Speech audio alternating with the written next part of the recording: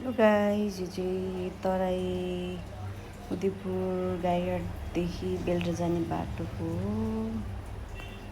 हामी चाहिँ गाईघाटबाट बेलटर घर जाने क्रममा खिचेको यो काँसको एकदमै मनमोहक दृश्य यहाँहरूको सामने लिएर आएको छु। मेरो छोरी चाहिँ एकदमै धेरै नेचर लभर भएको कारण उसलाई चाहिँ यस्तो नयाँ नयाँ कुराहरूसँग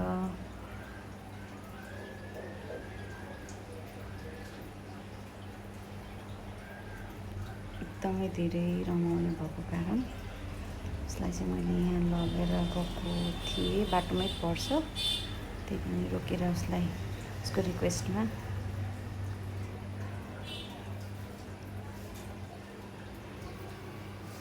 निकै रमाइलो गरेर मेरो छोरीले यहाँ समय बिताएको छ।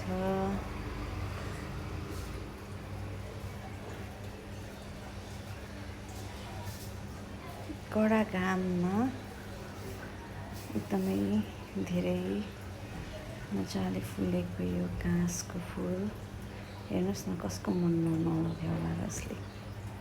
वाउ, घामको किरण सेतो, घाँस पनि सेतो, यति रमाइलो छ। बाटोदेखिको यो दृश्य एकदम पर खोला, त्रियुगा खोलाको किनारे यो बाटोनिर मेरो छोरी चाहिँ घाँस टिप्नु व्यस्त छिन्।